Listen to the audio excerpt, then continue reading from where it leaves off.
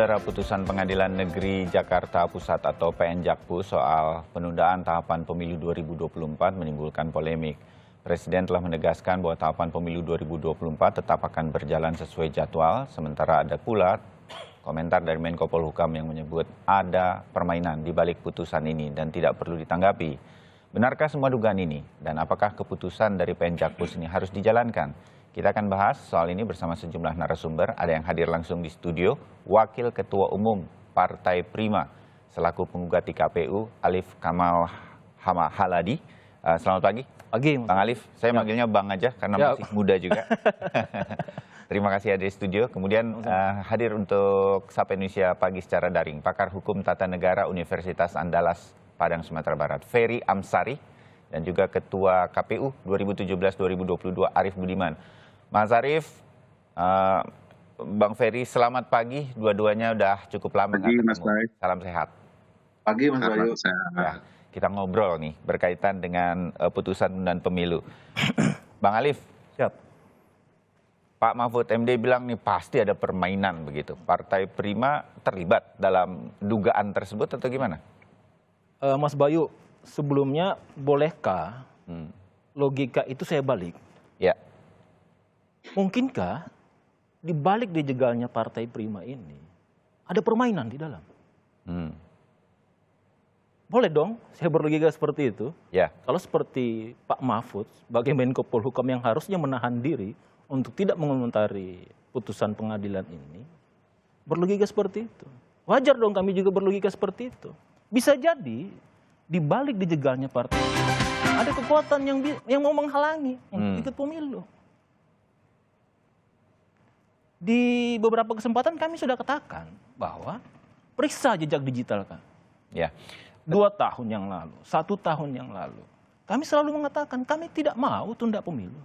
Kami tidak mau perpanjangan jabatan. Ya. Kami tidak mau presiden 3 periode. Berapa kali kami katakan seperti itu. Jadi sekali lagi saya mau katakan bahwa soal dituduh kami ada permainan dan presiden pun sudah mengatakan kan. Justru yang kelabakan ini ada beberapa ketua umum partai.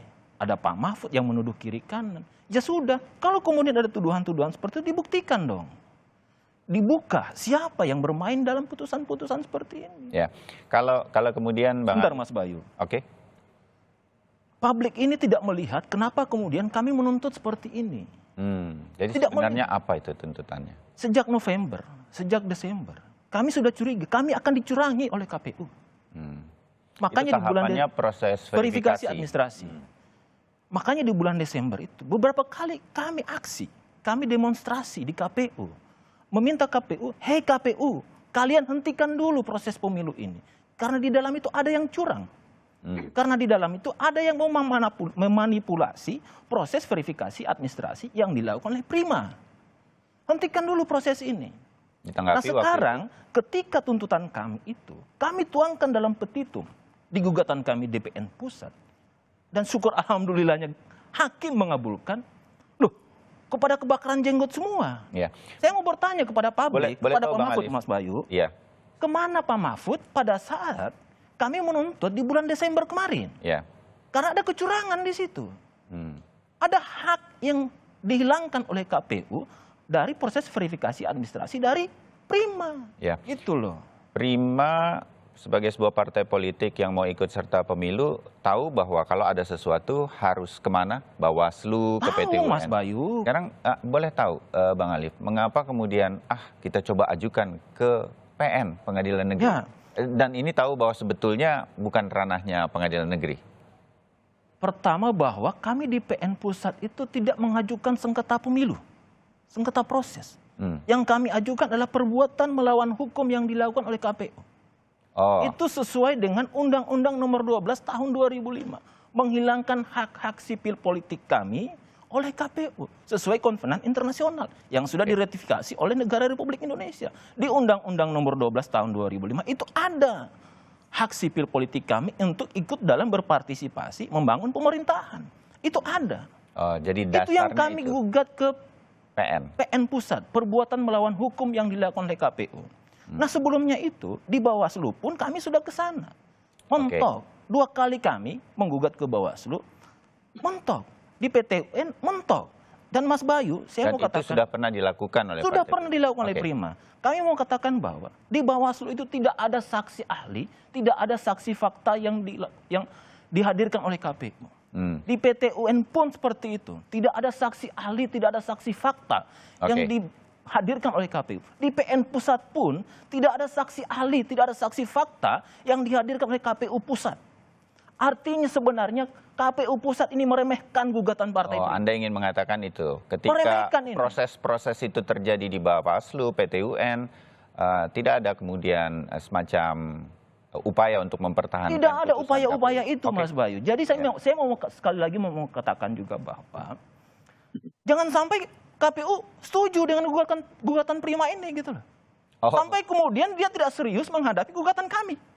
Ada apa? Jangan-jangan KPU setuju dengan gugatan kami ini. Oke, ya. Jadi Anda duga malah ini sebetulnya yang diinginkan oleh KPU. Oleh KPU. Gitu. Oke, kita mengerti juga. Gitu loh. Oke, ya. Saya ke Bang Ferry dulu. Bang Ferry, berkaitan bahwa ini ternyata di PN diterima karena ini perbuatan melawan hukum. Di posisi itu, Anda melihatnya? Ya, ya ada dua problematika, Mas Bayu. Satu soal proses penyelenggaraan pemilu yang tidak jujur, tidak bersih, yang dialami Partai Prima dan beberapa yang lainnya. Juga problematika putusan di Pengadilan Jakarta Pusat. Oke, jadi ada dua Kalau hal yang secara berbeda nih, begitu ya? Ya, kalau secara hukum harus dipahami bahwa perbuatan melanggar hukum, namanya sekarang bukan melawan hukum lagi, berdasarkan ketentuan perundang-undang yang baru. Peristilahnya masih sama, masih PMH begitu ya. Menurut ketentuan undang-undang dan peraturan, ada dua ranah yang harus dibedakan, ranah hukum publik dan ranah hukum privat. Dalam perkembangannya, berdasarkan peraturan Mahkamah Agung nomor 2 tahun 2019, ditentukan di pasal 10 dan pasal 11-nya untuk seluruh perbuatan melanggar hukum ya yang berkaitan dengan penyelenggara negara, dalam hal ini KPU adalah penyelenggara negara, maka harus dialihkan ke Pengadilan Tata Usaha Negara. Atau kalau sudah disidangkan, dia diputus tidak dapat diterima, alias tidak memenuhi syarat, obskur libel, bukan kewenangan dan segala macamnya. Nah, dalam peradilan ada yang namanya kompetensi absolut, kewenangan yang kemudian tidak dapat diubah sehingga tidak bisa dipindah-pindah. Makanya pengadilan militer tidak menangani perkara cerai, Mas Bayu. Ya. Karena kompetensi absolutnya bukan itu. Begitu juga dalam kasus ini, kompetensi absolut PN Jakpus bukan itu. Sebab kalau seluruh PN bisa walaupun ini yang digugat adalah perbuatan melanggar hukumnya, itu juga tidak menjadi kompetensi PN Jakpus. Ya, di Perma itu sudah diperintahkan tidak lagi. Bahkan penelitian kita mengatakan sebelum perkara ini sudah ada beberapa putusan. Kalau penelitian kita soal PMH yang berkaitan dengan penyelenggara negara itu 17 putusan sebelumnya dinyatakan tidak dapat diterima. Hanya satu-satunya perkara ini yang kemudian lanjut begitu ya. Dan kalau tidak dapat diterima dia dialihkan ke petun. Jadi istimewa kasus ini. Anda tahu dugaan atau dengar cerita Bang Ferry, kenapa PN Jakpus kemudian seperti tidak mengerti hal ini? Harusnya kan ini apapun itu, walaupun ini PMH, perbuatan melanggar hukum, tidak dilanjutkan. Tapi tetap dilanjutkan dan diputuskan. Jadi polemik deh. Nah, itu yang kemudian menjadi tanda tanya. Pernyataan Menko Polhukam itu punya landasan rasionalnya tersendiri, Mas Bayu. Karena tidak mungkin seorang hakim di PN Jakpus tidak membaca peraturan Mahkamah Agung, tidak membaca undang-undang pemilu, tidak membaca konstitusi, maka putusan ini terasa janggal bin ajaib, kurang lebih begitu ya. Sebelumnya mereka sadar PMH itu harus dialihkan ke petun atau setidak-tidaknya akan diputus tidak dapat diterima, tapi tiba-tiba loss di perkara ini. Nah, bagi saya memang tentu saja secara rasional patut dipertanyakan, itu sebabnya beberapa teman-teman melaporkan majelisnya ke Komisi Yudisial. Nah, itu perspektif yang kemudian harus kita pahami betul. Bahkan Partai Prima sendiri saya yakin membaca peraturan itu. Tapi sebagai para pencari keadilan, mereka memang punya hak untuk mencoba seluruh cara untuk ditempuh. Tapi anehnya hakim kan harus bijak menerapkan dan mematuhi peraturan perundang-undangan. Jadi soal konvenan hak sipil itu tidak ditutup, cuma ruangnya berbeda begitu ya. Nah, yang Undang-Undang 12 yang disebut oleh Mas Alif tadi. Nah, menurut saya itu satu hal masalah yang lebih serius adalah para penyelenggara pemilu yang menurut saya tidak sehat sehingga membuat teman-teman seperti Partai Prima dan partai-partai lainnya mencari cara-cara hukum lain ya, yang menurut saya memang juga tidak adil itu penyelenggara, sebab Partai Prima itu digantung habis-habisan. Itu kalau bahasa Minangnya bergantung tidak pakai tali gitu ya, bingung mereka. Bergantung kok nanggung begitu. Mau ke KPU mencari keadilan, ke Bawaslu digantung, ada hal-hal yang menurut saya tidak sehat, akses tidak dibuka dan segala macamnya. Ini problematika serius penyelenggara. Akhirnya Partai Prima dengan saya melihat sangat emosional mencari celah itu. Nah, anehnya adalah hakim yang mestinya bijak tidak menempuh kebijaksanaan dengan mentaati peraturan perundang-undangan. Oke, ini saya mau lempar ke Mas Arief Budiman. Tadi Bang Ferry mengatakan ini digantung Partai Prima. Bang Alif tadi dari Partai Prima menyatakan seperti istilahnya tadi kayak nggak serius menanggapi apa yang digugat oleh Partai Prima begitu. Mas Arief tidak menghadirkan kemudian bukti-bukti bahwa hal-halnya yang saksi-saksi dan lain-lain. Kira-kira begitulah ketika ini digugat sedemikian rupa di Bawaslu dan di PT UN. Mas Arief, KPU. Gini, pertama undang-undang menyediakan ruang-ruang untuk menyelesaikan persoalan dalam pelaksanaan tahapan pemilu. Ya. Jadi di seluruh tahapan, penetapan partai politik peserta pemilu, pencalonan, bahkan nanti di bagian akhir adalah pemungutan dan penghitungan suara. Itu ada ruang-ruang yang disediakan untuk menyelesaikan persoalan. Nah, pertama saya ingin mengapresiasi ya, karena Partai Prima menggunakan ruang-ruang itu untuk menyelesaikan persoalan.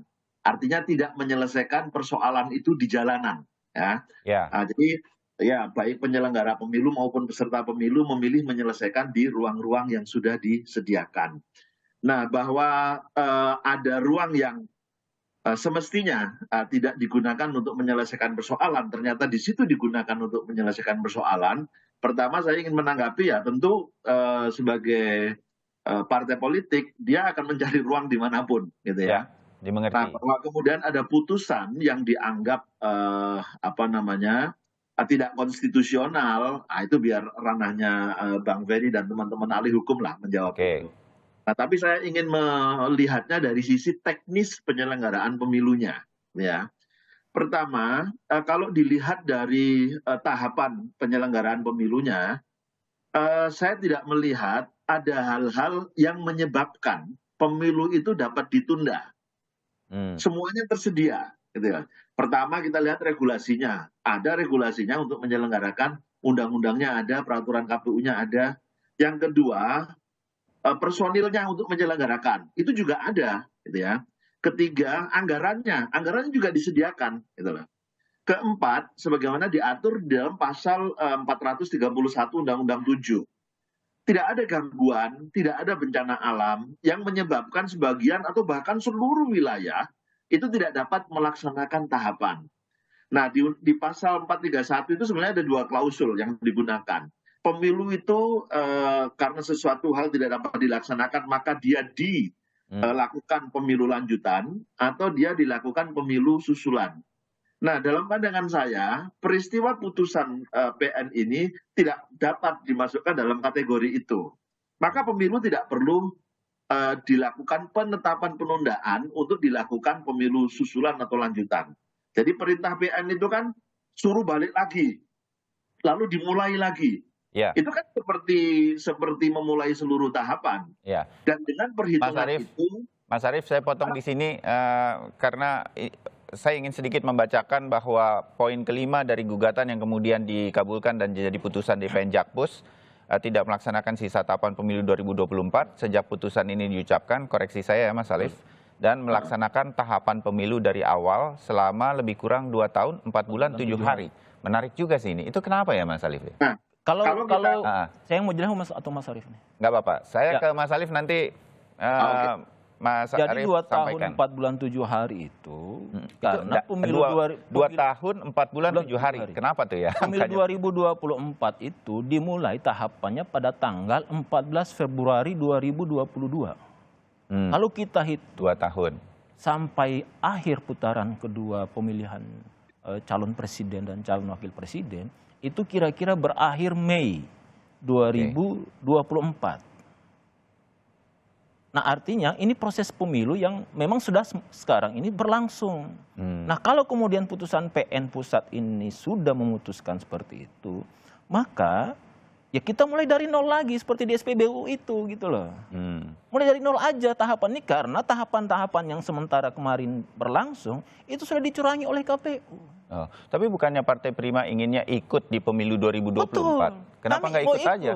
Loh, kami sudah digagalkan oleh KPU. Oh, Gimana jadi caranya? tidak menuntut bahwa kami bisa masuk sekarang saja gitu.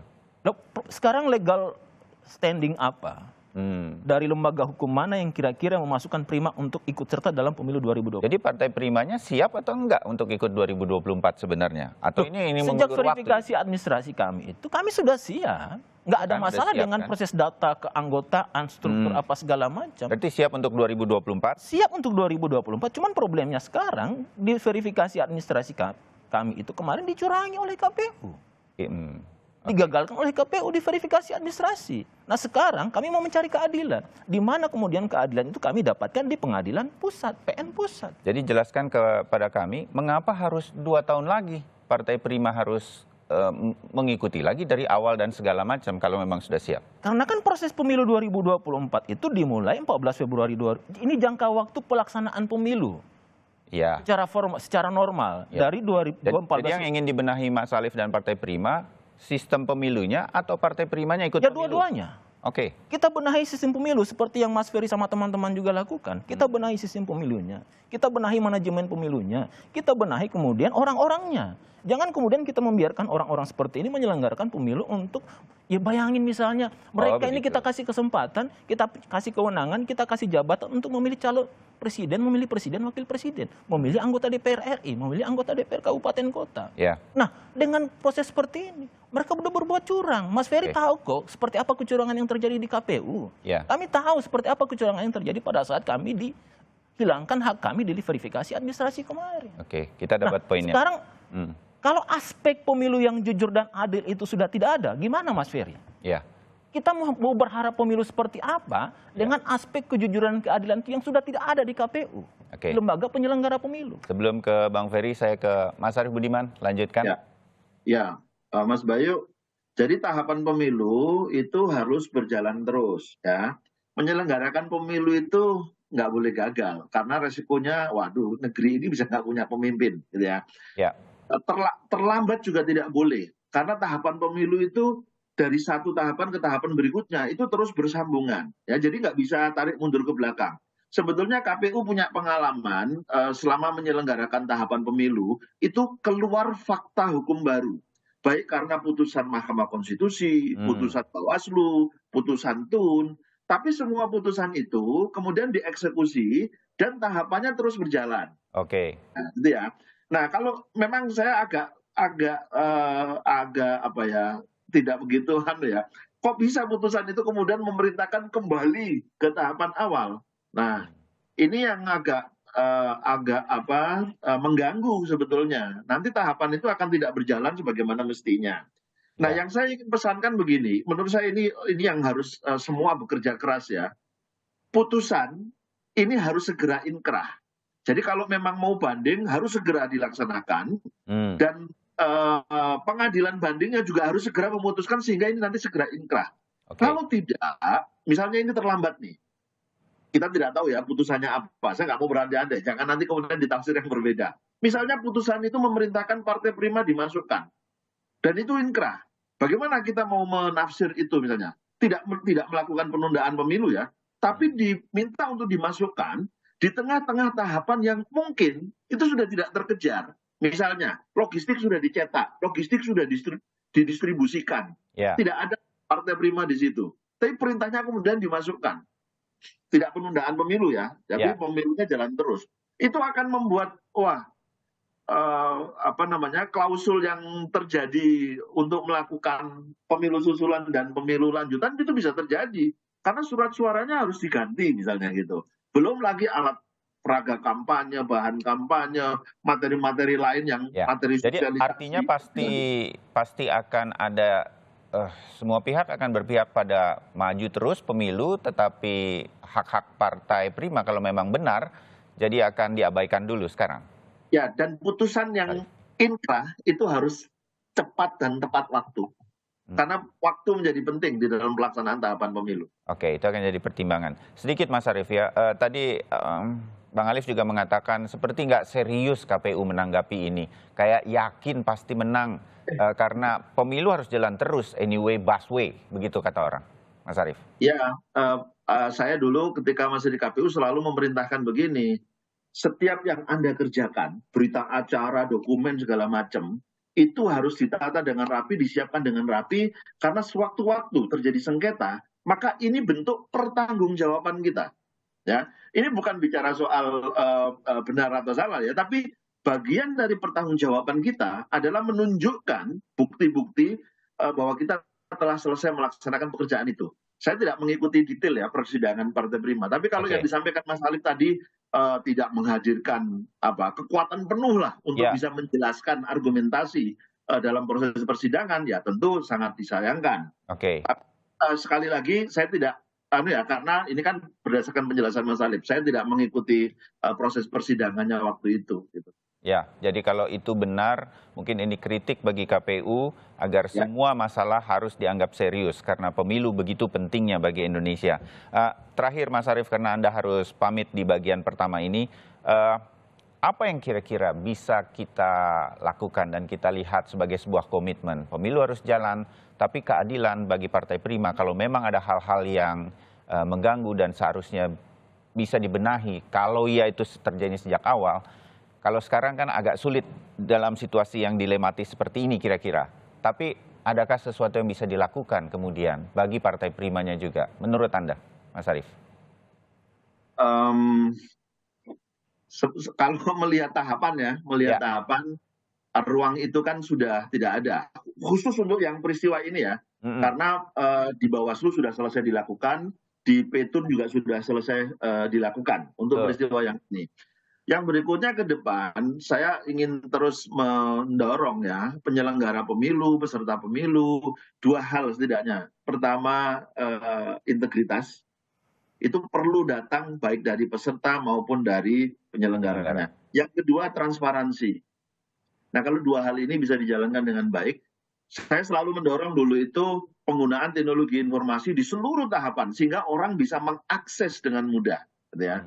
Nah, yang ketiga, tentu dua hal ini kalau dilaksanakan kita akan punya pemilu yang berkualitas. Oke, baik Mas Arief, saya pamitkan Anda karena ada kegiatan yang lain. Terima kasih untuk diskusinya pada kesempatan kali ini. Kemudian untuk Bang Ferry dan juga Mas Alif kita lanjutkan setelah jeda. Tetap bersama kami di Sapa Indonesia Pagi. Saudara, kami sambung lagi perbincangan kami mengenai penundaan pemilu yang diputuskan oleh PN Jakarta Pusat yang berdasar dari gugatan dari Partai Prima yang merasa ada kecurangan di dalam proses verifikasi pemilu yang lalu. Masih bersama Alif Kamal Haladi, Wakil Ketua Umum Partai Prima, Ferry Amsari, Pakar Hukum Tata Negara Universitas Andalas. Tadi saya sudah pamitkan, tapi ternyata Mas Arief Budiman, terima kasih banyak. Ternyata sudah izin dari acara yang seharusnya dihadiri segera untuk bisa ikut menyelesaikan dialog kali ini. Mas Arief, terima kasih banyak. Jadi kita masih ngobrol nih berempat. Bang Ferry Amsari,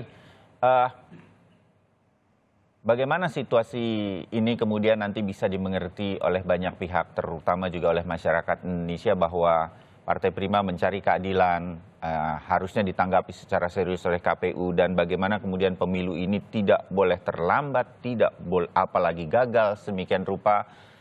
Di mana titik temunya berkaitan dengan PN Jakpus yang mengabulkan keseluruhannya ini dari gugatan Partai Prima. Bang Fer. Ya, pertama aspek konstitusionalnya dulu, Mas Bayu. Pada dasarnya pemilu tidak bisa ditunda. Ada 7 azas pemilu ya. Langsung, umum, bebas, rahasia, jujur, adil, dan keberkalaan pemilu yaitu 5 tahun sekali. Itu azas pemilu menurut pasal 22E ayat 1 Undang-Undang Dasar. Artinya seluruh azas ini tidak boleh dilanggar, apalagi azas yang paling penting soal keberkalaan itu. Sebab begitu pemilu ditunda yang rusak seluruh sistem ketatanegaraan. Nah, itu sebabnya putusan itu harus betul-betul diabaikan. Kenapa? Karena yang dilanggar konstitusi. Jadi tidak hanya kompetensi absolutnya yang dilanggar, juga konstitusi.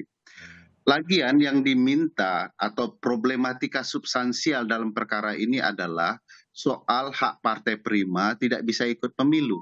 Hak keperdataannya yang terganggu, mestinya yang diperbaiki itu saja. Jangan berimbas kepada ruang hukum publik, yaitu hak-hak publik untuk ikut pemilu 5 tahun sekali. Nah, ini sudah terjadi di dalam hukum. Kalau kompetensi absolut dilanggar, maka putusan itu harus dianggap batal demi hukum, alias tidak pernah ada. Tetapi yang perlu diperhatikan adalah proses penyelenggaraan yang buruk juga berkaitan dengan azas lain ya, jujur, adil. Ada azas penyelenggaraan soal profesionalitas di pasal 3 Undang-Undang Pemilu. Nah, di titik ini kita harus betul-betul mengamati KPU. Sebab begitu penyelenggaraan mengabaikan nilai-nilai itu, maka nilai penyelenggaraan tentu akan minus. Dampaknya juga kepada demokrasi yang baik atau buruk. Nah, oleh karena itu perlu diperbaiki putusan ini, baik melalui jalur banding atau ketentuan hukum yang berlaku soal pengabaian itu. Nah, untuk hak partai prima saya pikir memang kita perlu serius ya merespon ini, karena ini bukan soal partai prima saja, tapi juga partai-partai lain dan kita sebagai pemilik suara. Kalau KPU mau jujur, membuktikan bahwa betulkah prima salah atau kami yang salah, gampang, sederhana sekali persoalannya. Cukup KPU membuka dan melakukan audit terhadap sipol. Nah, ini kan sampai hari ini KPU tidak berani. Tentu saja akan timbul tanda tanya bagi kita, kenapa KPU tidak berani mengaudit sipolnya? Karena biang masalahnya di sana. Jangan-jangan KPU memang melakukan banyak kesalahan sehingga tidak berani. Oleh karena itu saya sama dengan prinsipnya dengan Mas Arief, dalam ranah hukum itu justice delay is justice denied. Hukum yang kemudian ditunda-tunda, hak partai, hak warga negara, kalau ditunda, maka itulah ketidakadilan itu sendiri. Oleh karena itu bagi saya memang ini problematika yang betul-betul membutuhkan mata publik bersama. Terima kasih kepada Kompas yang sudah membangun kesadaran ini. Saya pikir dengan diskusi ini publik bisa melihat ya problematika sesungguhnya apa dan pilihan hukumnya apa. Jangan kita melihat bahwa kita menentang PN Jakpus ini dianggap tidak melindungi hak-hak partai prima. Tidak begitu persoalannya. Ini cara yang salah dan hasilnya juga akan salah. Kalau kemudian ada hak-hak yang terganggu, ini yang harus dibenahi. Sampai sejauh ini saya melihat tidak ada etikat baik dari KPU untuk sungguh-sungguh merespon persoalan ini. Contoh paling sederhana soal banding. Banding itu cukup dinyatakan Mas Bayu, ini harus menunggu pula salinan putusan yang sah, yang tentu saja kalau saya lihat tabiat pengadilan lama itu. Cukup dinyatakan kita banding, selesai urusan. Soal memori banding yang dituliskan itu bonus tambahan ya, tidak wajib sifatnya. Nah, di sini sudah terlihat sebenarnya indikasi KPU sedari awal tidak serius melindungi hak-hak konstitusional kita. Saya agak khawatir ya, KPU ingin bermain panjang. Nanti banding, nanti kasasi, lalu nanti putusannya adalah kalau diterima putusan PN Jakpus ini, lalu KPU dengan seenaknya mengatakan kalau sudah ingkrah kami sepakat untuk melakukan penundaan pemilu. Jangan-jangan prima hanya dimanfaatkan untuk tujuan-tujuan kelompok tertentu untuk mencurangi proses penyelenggaraan pemilu. Ya, Bang Arief. Saya mau melanjutkan Mas Ferry tadi. Memang dalam sistem sipol itu banyak kejanggalan yang kami temukan. Contohnya misalnya pada saat putusan Bawaslu yang mengharuskan Prima itu melakukan perbaikan-perbaikan di beberapa provinsi, di beberapa kota. Nah, ketika kami masuk kembali ke Sipol itu, ternyata surat keputusan KPU untuk Partai Prima itu justru melakukan pembatasan-pembatasan. Ada 5 kota kabupaten yang nggak bisa kami buka di Sipol itu. Sementara perintah Bawaslu itu mengharuskan buka semua. Nggak boleh KPU membatasi itu. Apa Nah, alasan KPU waktu ditanya nggak bisa dibuka? Ya nggak ngomong apa-apa. LOK iya. menanyakan kepada petugas KPU, kenapa kami nggak bisa buka ini? Mereka nggak bisa jawab. Kami laporkan ke Bawaslu. Bawaslu juga bilang, oh kami juga nggak punya kewenangan. Kami juga diberi pembatasan oleh KPU. Loh, terus kami harus mencari keadilan di mana dalam situasi-situasi seperti ini? Kemudian pada saat kami ketun, surat keputusan yang harusnya mencantumkan nama Partai Prima dalam partai yang tidak lolos dalam verifikasi KPU itu tidak dicantumkan oleh KPU. Yang harusnya di PKP itu dicantumkan. Kami bawa ke TUN surat ini. Ditolak sama TUN karena kalian, alasan TUN, bahwa kalian tidak terikat secara langsung dalam objek sengketa. Karena tidak ada cantum. Tidak ada nama Partai Prima di situ. Jadi sementara perintah PKPU harus ada nama Partai Prima, harus ada nama partai-partai. Jadi saya menganggap seolah-olah tidak bisa kemana-mana memang Partai Prima untuk mengajukan. Betul yang dibilang Mas Ferry tadi. Ini kami digantung segantung-gantungnya oleh KPU. Desember kemarin makanya kami sudah teriak, ini ada hal yang salah. Ini ada yang tidak beres di KPU. Tolong hentikan dulu proses pemilu ini. Kita benahi dulu manajemennya. Kita benahi dulu seperti yang dibilang oleh Mas Ferry. Kita audit KPU ini. Kita audit sistemnya. Kita audit ke orang-orangnya. Ada apa? Kenapa sampai kemudian KPU memperlakukan seperti ini? Makanya saya sedikit membalik dugaan-dugaan yang mengatakan bahwa Prima itu ditunggangi ini. Loh, justru jangan-jangan KPU yang ditunggangi untuk tidak meluluskan Prima ikut pemilu. Oke, dari penjelasan Anda, hal-hal semacam ini jadi mungkin untuk dipertanyakan. Mas Arief, berkaitan dengan apa yang dialami Partai Prima yang kita dengar kali ini, tahapan-tahapan yang seharusnya transparan, jadi sebetulnya ini kalau betul terungkap ini kan menjadi masukan bagi KPU yang sekarang. Mengapa tidak bisa mempertahankan apa yang harusnya bisa dipertahankan? Itu juga pertanyaan sih bagi saya, baik di Bawaslu maupun di PT UN. Mas Arief. Ya, saya sebetulnya juga agak aneh ya. Beberapa kali saya ingin melihat, kadang-kadang juga agak terlambat gitu ya di KPU. Kepingin dapat transparansinya, tapi juga aksesnya terbatas, kayak gitu-gitu lah ya. Jadi saya sudah memberi masukan juga.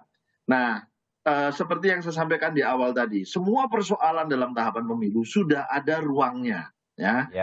Penetapan partai politik yang tidak bisa diterima misalnya, ruangnya Bawaslu dan Petun. Kemudian ketidakpercayaan atau keraguan-raguan orang terhadap kinerja, profesionalisme penyelenggara pemilunya, itu bisa masuk ke ranah etik, gitu loh. Jadi saya ingin memberi masukan saja juga ini kepada teman-teman Prima. Yang dialami Partai Prima ini jadi kemana mengeluhnya, disampaikannya? Nah, kalau keluhannya adalah soal profesionalisme tadi, bekerja dengan sipol yang tidak maksimal, tidak profesional, itu ada ruang etik untuk menyelesaikan persoalannya. Betul nggak mereka tidak profesional? Jadi supaya kita tidak berdebat di luar, gitu loh. Makanya saya apresiasi kalau penyelenggara dan peserta pemilunya itu menyelesaikan menggunakan ruang-ruang yang sudah disediakan. Jangan lagi menyelesaikan persoalan tahapan pemilu di jalanan. Itu penting jadi catatan kita itu. Ya, tapi saya mau melanjutkan Mas Arief. Mas Arief, kami paham bahwa ada di DKPP untuk persoalan etik, persoalan tidak profesional. Cuman kami ini mau ikut pemilu, kami ini bangun partai politik, bikin partai politik, mau ikut pemilu, daftar di Kemenkumham, daftar di KPU. Kalau kemudian proses yang sudah akan berlangsung terus sampai Mei, sampai Juni, sudah tidak lagi membuka peluang untuk Partai Prima ikut dalam pemilu, kami kehilangan hak sipil politik kami itu, Mas Arief. Jadi kami paham, kami akan ke DKPP, tapi nanti kami ingin mau masuk dulu di proses pemilu ini. Makanya kenapa kemudian kami ke PN Pusat. Gitu Mas Arief. Kami paham, kami pasti akan ke sana, cuman jangan dulu. Karena di DKPP itu bukan lembaga yang kemudian menghentikan proses pemilu. Nggak bisa kan DKPP menghentikan proses pemilu. Hanya menghukum orang-orangnya, hanya menghukum persoalan etik, persoalan tidak profesional KPU. Ya. Artinya Mas Arief begini, kalau ada tahapan-tahapan yang sudah ingin dilakukan oleh Partai Prima ini tetapi tadi bahasanya digantung sedemikian rupa, jadi nggak bisa juga mengajukan di PT UN dan langsung ditolak karena tidak terdaftar dan lain-lain. Nah, saya kalaupun ada partai politik lain seperti Partai Prima, lalu mereka harus seperti apa berkaitan dengan ini? Ya, jadi wajar kalau semua jalan kemudian ditabrak begitu. Mas Arief, masukan saja dari Anda. Kalau kita mau bicara based on regulation ya, sudah nggak ada lagi. Ruangnya memang yang disediakan oleh undang-undang untuk sengketa partai politik ini ya di dua ruang tadi sebetulnya, di Bawaslu dan di Petun, gitu loh. Kalau jadi, secara undang-undang, oke. Ya, kalau kita mau cari jalan yang lain, nanti akan ada problem hukum lain, gitu loh. Itu bisa dieksekusi atau tidak. Apalagi kalau misalnya putusannya, sebagaimana disampaikan Uda Ferry tadi, itu tidak konstitusional. Konstitusi memerintahkan pemilu dilaksanakan reguler 5 tahun sekali. Nah, tapi kalau ini dibalik, dimulai lagi dari awal, dan itu kemungkinan akan melampaui jadwal tahapan yang disusun oleh KPU, maka pemilu bisa tidak dilaksanakan 5 tahun sekali, bisa melampaui jadwal itu, dan itu tidak memenuhi azas penyelenggaraan pemilunya. Ya, oke. Bang Ferry, kalau begitu dengan sistem hukum kita bahwa pemilu tidak boleh gagal, tidak boleh terlambat, ada kemungkinan apa yang diperjuangkan oleh Partai Prima ini akan menemui jalan buntu. Saya menganggapnya begitu, sedemikian rupa peradilan ini nanti akan dilakukan. Tetap pertanyaan saya adalah, apa yang kemudian diperjuangkan dan dialami oleh Partai Prima, kalau ya itu menjadi keyakinan Partai Prima, mereka ada hal-hal kecurangan yang dialami oleh Partai Prima dalam proses pemilu ini, sambil pemilu berjalan. Oke, secara undang-undang ada Bawaslu PT UN, mereka sudah jalankan dan segala macam. Apakah kemana lagi sedemikian rupa hak-hak ini bisa diperjuangkan? Apa yang dilakukan Partai Prima kan kalau mereka anggap sebagai ketidakadilan juga tidak boleh terjadi dalam pemilu kita. Bang Fer. Betul, Mas Bay. Hak satu orang saja yang dilukai itu adalah hak pelanggaran hak, ya. Apalagi ini satu partai. Tetapi memang ada konsep pembatasan hak untuk membangun tidak hanya hukum, tetapi kesadaran publik. Pembatasan hak itu ada di pasal 28I, ya. Orang dibatasi haknya kalau kemudian mengganggu hak orang lain. Jadi kalau seandainya Partai Prima dalam putusan ini atau dalam petitumnya tidak mencoba menunda pemilu, mungkin orang akan mendukung, mensupport Partai Prima di berbagai ranah. Saya pahami dan Mas Arief apalagi ya, langkah-langkah penyelenggara yang bertentangan dengan undang-undang dan undang-undang dasar ini mestinya harus ada ruangnya. Dari dulu dicita-citakan ada peradilan khusus pemilu untuk problematika-problematika seperti ini. Tapi tentu saja pilihan jalan itu pasti ada. Misalnya bukan tidak mungkin Partai Prima ke Mahkamah Konstitusi bicara soal pelanggaran-pelanggaran hak mereka yang dilakukan oleh penyelenggara pemilu. Akan ada pasal-pasal di Undang-Undang Pemilu yang bisa dipermasalahkan, minta tafsir MK begitu ya. Dan melapor ke Dewan Etik DKPP, ya, Dewan Kehormatan Penyelenggara Pemilu itu juga penting. Supaya kalau kemudian tuduhan unprofessional conduct itu, tindakan yang tidak profesional itu bisa dibuktikan dalam persidangan DKPP, tentu putusan itu akan bisa digunakan untuk persoalan-persoalan di pengadilan yang lain. Jadi bagi saya ada ruangnya. Cuman memang sisi emosional korban, mohon maaf teman-teman Partai Prima, saya harus menyebutkan ini, korban tidak profesionalnya penyelenggara pemilu akan kesana kemari ya. Namanya orang merasa tidak diadili, dia akan kemana-mana. Tetapi kemana-mananya itu karena ini partai ya, juga harus betul-betul profesional memilih tempat dan memastikan pemilu juga bisa berjalan dengan baik. Tapi apapun itu pilihan politik korban bagi saya perlu dicermati oleh penyelenggara.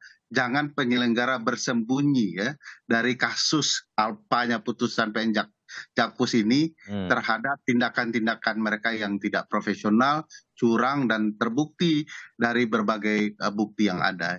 Ya, baik. Singkat, Bang Alif, karena saya terbatas waktu, masih ada jalan, DKPP, Mahkamah Konstitusi, ini akan dijalankan, walaupun garis besar spanduk yang kita harus pasang, pemilu tidak bisa digagalkan, tidak bisa ditunda sedemikian rupa. Ya. Bang Alif. Pertama saya mau katakan bahwa tidak ada amar putusan di PN Pusat itu yang mengatakan bahwa ada penundaan pemilu.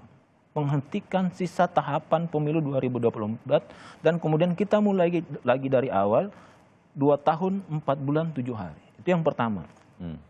Jadi tolong siapapun, tolong hormati putusan PN Pusat ini. Siapapun dia, mau ketua umum partai, mau dia menteri, tolong hargai putusan Pengadilan Negeri Jakarta Pusat. Itu putusan pengadilan, lembaga negara yang harus kita hormati dan hargai. Itu yang kedua. Yang ketiga, putusan ini harus menjadi alarm bagi semua pihak. Partai politik yang sudah sah menjadi peserta pemilu, calon anggota DPR, bakal calon presiden, bakal calon wakil presiden, anggota DPR kabupaten yang akan mendaftar nanti. Ini harus menjadi alarm bahwa ada yang tidak beres dengan KPU sekarang ini. Ada yang tidak beres dengan penyelenggara pemilu sekarang ini. Semua harus waspada dengan soal-soal seperti ini. Jangan sampai menjadi bom waktu di 2024 kalau kita biarkan. Baik, oke. Semua akan menjadi masalah kalau sistem seperti ini kita biarkan, Mas Ferry. Ada yang tidak jujur, ada yang tidak adil di sana, Mas Ferry. Baik. Gitu, Mas Bayu. Ya, Mas Alif, terima kasih. Bang Ferry, terima kasih. Mas Arief Budiman juga terima kasih. Terima kasih. Banyak poin yang harus kita benahi. Ini demokrasi kita terus kembangkan. Pro dan kontra seperti ini mudah-mudahan menjadikan demokrasi kita jauh lebih baik beberapa waktu lagi nanti ke depan. Terima kasih untuk diskusinya. Selamat pagi untuk semua narasumber. Kita bertemu lagi di diskusi yang lain. Salam sehat. Terima kasih.